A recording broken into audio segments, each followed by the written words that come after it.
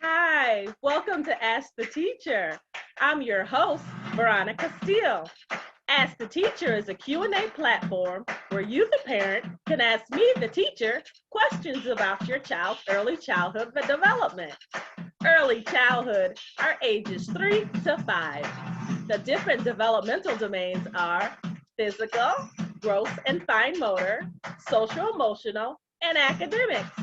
You, the parent or caregiver, ask the question, and I'll be more than happy to answer. You can post your questions to Quora because that's where we get our questions from. Just look for Ask the Teacher, Veronica Steele. I'm going to read 3 questions today that have been burning questions that a lot of people want the answers for. The first question is, what are the best books for reading and reducing stress for your child? Well, since this pandemic, we all have been having lots of stress. Now, remember, your child mirrors you. So you want to make sure that you're taking care of yourself. Be mindful of your face when you're speaking to them. Be mindful of your body and disposition. You take care of you so that you can take care of them. The best books are social emotional books. So, whatever your situation, that's the book you should research. I'll post links to different books that I use in my classroom to help you out. If your child is dealing with fear, there's tons of books about how not to be afraid. Remember, you want to limit the amount of television that you're taking in and the amount of television you're allowing them to take in because we are what we put inside. So if you're putting lots of fear inside, you're going to want to maybe think about adding a little bit more faith because you definitely want to mirror for them because they're looking at you for guidance. They're looking at you to show them how to get through. You're modeling how they should act when they're stressed. So definitely, if they're worried about something, there's tons of books about being worried. And I'll add some how to talk to them about COVID books as well. Thanks for answering and asking that question. The next question is, there's a question here. Ooh, which do you teach first, shapes or letters? Parents, caregivers, please remember children learn shapes before they learn letters. So you want to start with some basic shapes: circle, triangle, square, and rectangle. Remember, those are the shapes that make the most sense to them because those are the shapes they see all the time. Remember, use things in the house that represents those shapes, things they see every day, like the dishes, different circles, different patterns of the circle, big circles and small circles. It makes sense to them. They'll retain the information. If you're outside, go ahead and look at the different shapes of the traffic light or the yield sign. Great triangles for that.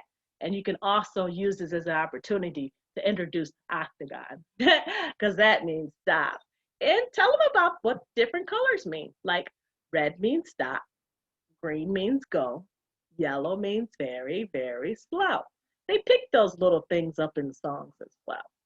If you're back in your house, look at your refrigerator, your microwave. Those are all shapes, and even your table.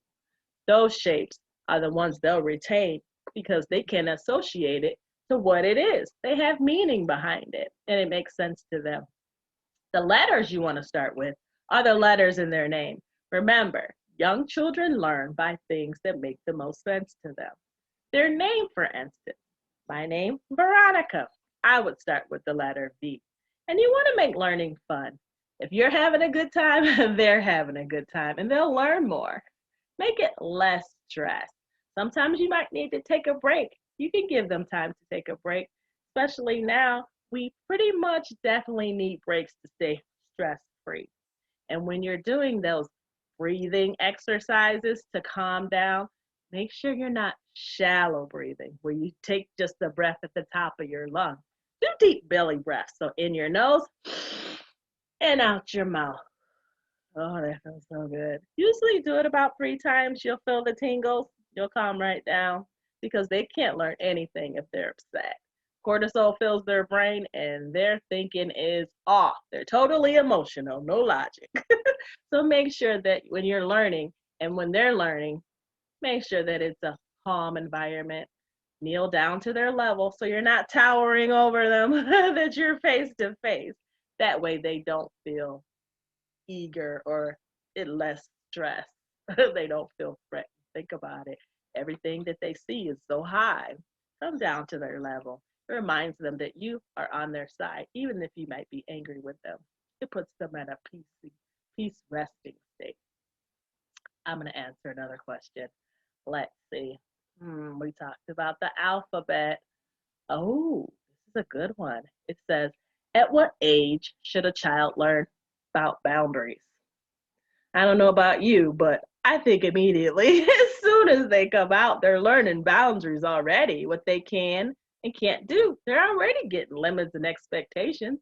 Remember, when they first come out and they get that whiff of that cold air on their bottom, they start screaming, and then someone calms them down and gives them a hug and lets them know that it's okay. They're already learning boundaries. When I'm screaming, somebody's gonna come. When I feel a certain way, I can scream and someone comes. They're already learning boundaries, limits, and expectations. You want to start immediately, families.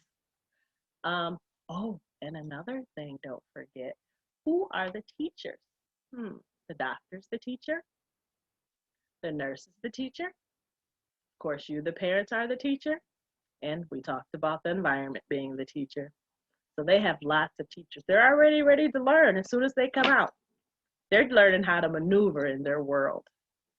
All right. Well, thank you so much for joining me today for Ask the Teacher. So I'll tell you what, I'll talk to you next time. And don't forget to bring your questions because I'm more than eager to answer them. All right. I'll talk to you soon. Bye-bye.